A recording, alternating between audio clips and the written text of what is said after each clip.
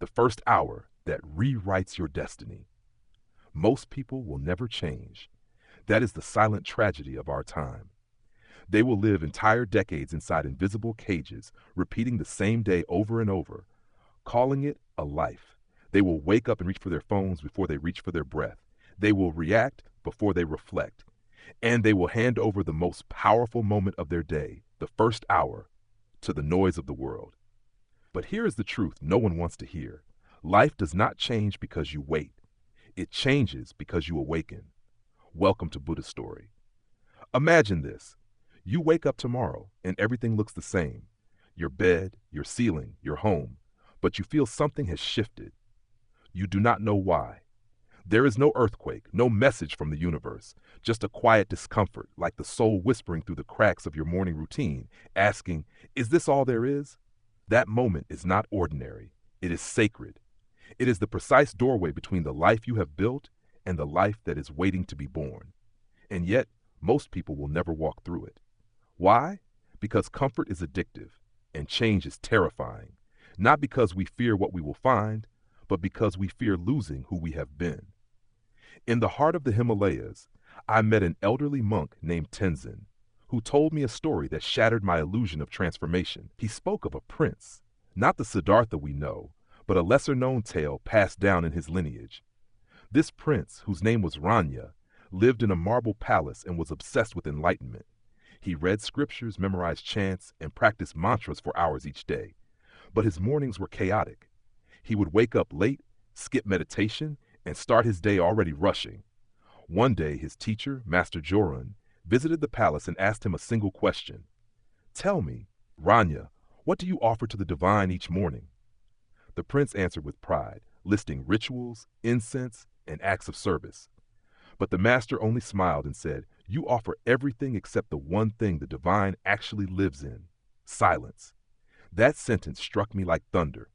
I realized then, it is not what we add to our lives that transforms us. It is what we remove, the chaos, the distraction, the mindless repetition, especially in the first hour of our day. The reason most people are stuck is not because they lack ambition. It is because they lack a sacred ritual. And nowhere is this more evident than in the way they wake up.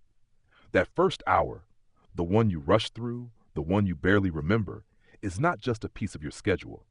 It is the foundation of your consciousness. It sets the tone, the vibration, the intention. It programs your nervous system. It defines your identity, not in theory, but in action. In the Vinaya Pitaka, one of the oldest Buddhist texts, there is a record of the Buddha's own morning routine. Long before sunrise, he would wake and sit in complete stillness, observing the mind, softening the breath, expanding his awareness to all sentient beings. He was not reacting to the world. He was aligning with it. Now consider how most modern people begin their day. A flood of emails, notifications, thoughts borrowed from yesterday, memories dragged into the present like chains. No wonder they feel lost. No wonder they feel exhausted before noon. They have never truly arrived in their own life. But what if you could change that? What if, instead of repeating the same morning, you created a sacred one? Let me ask you, when was the last time you woke up and listened to your breath before the world demanded your attention? When was the last time you decided, truly decided, who you wanted to be that day before anyone else told you? You see, the first hour is your temple. It is where you choose between reaction and creation, between noise and presence, between habit and awareness. In Thailand, I once lived with a forest monk named Arun who had not used a clock in 20 years. When I asked him how he knew when to rise, he said, the body knows when the soul is ready to return. Every morning, without fail, he would sit beneath the same tree as the sky turned from black to blue. No chanting, no incense, just breath, just stillness, just watching. And that, he told me, is how a person becomes trustworthy to themselves. Because here is the secret few talk about. The foundation of self-confidence is self-consistency.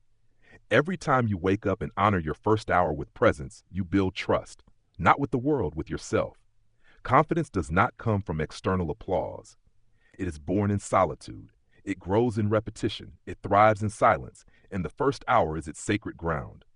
Now imagine the opposite. Imagine starting your day with noise, distraction, stress.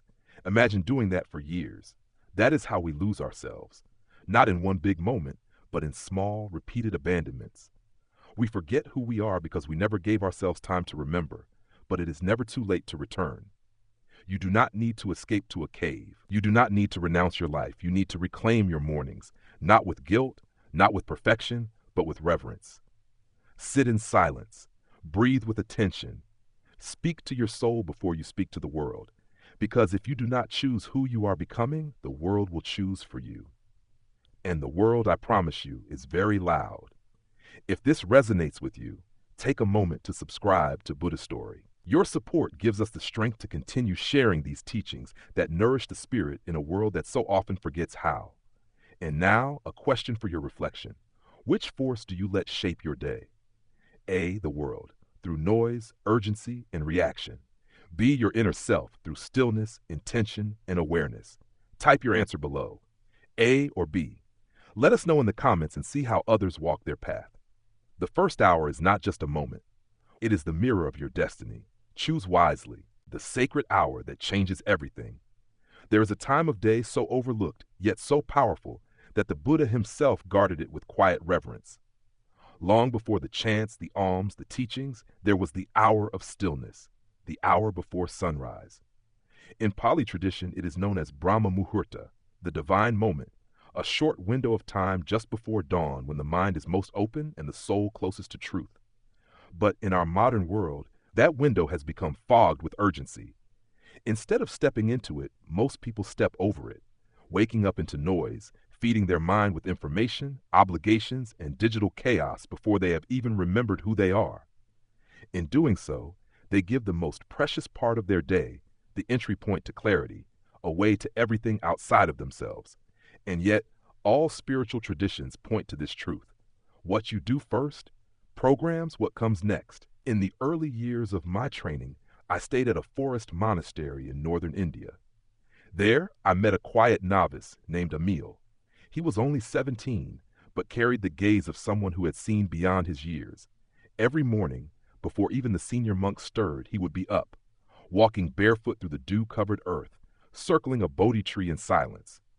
I once asked him why he woke up so early when he could be sleeping like the others. He replied, "Because that is when the world is quiet enough to hear myself." That answer has never left me. It taught me that the sacred hour is not just about routine.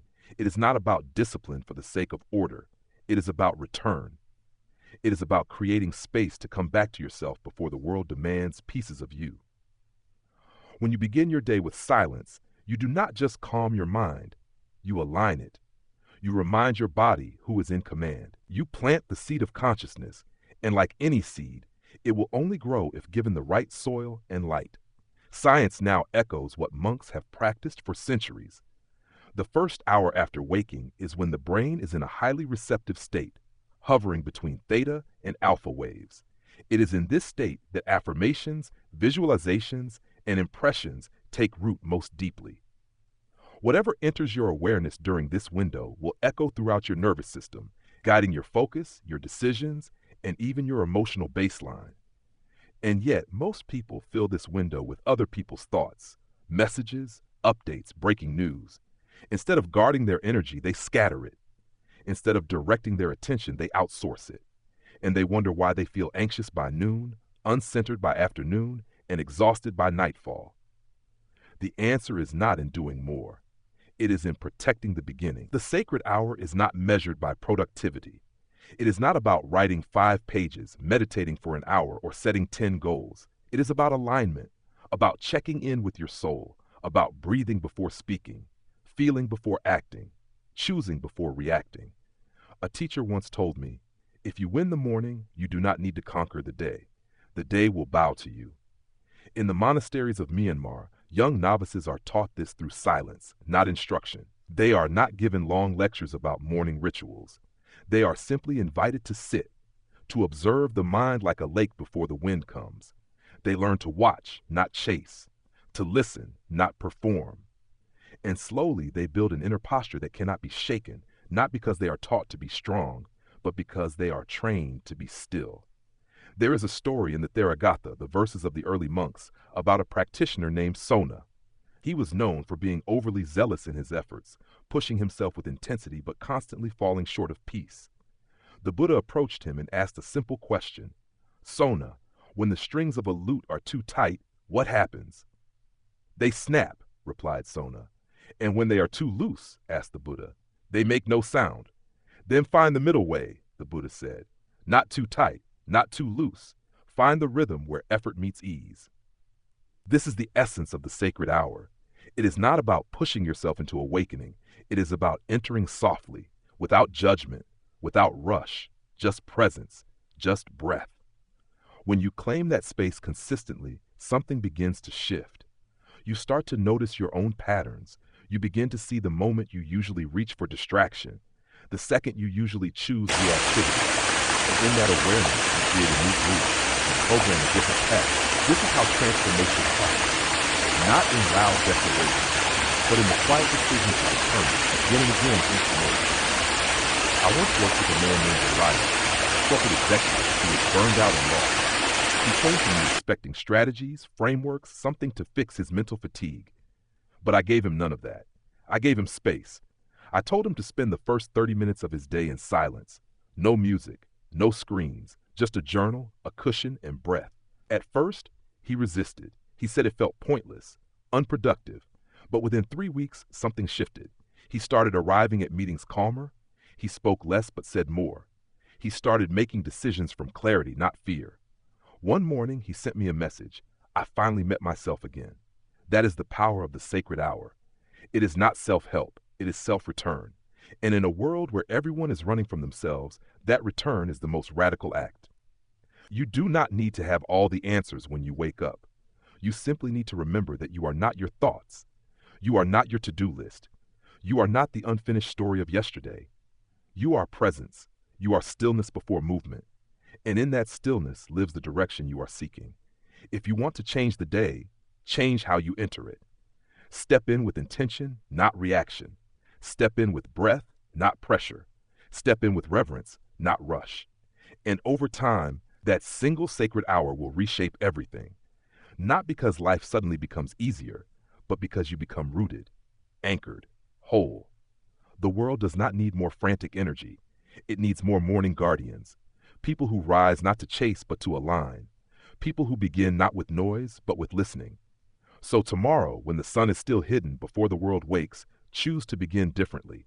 Not for productivity, not for performance, but for presence, for peace, for the remembrance that you are not here to be consumed by life. You are here to create it, one sacred hour at a time.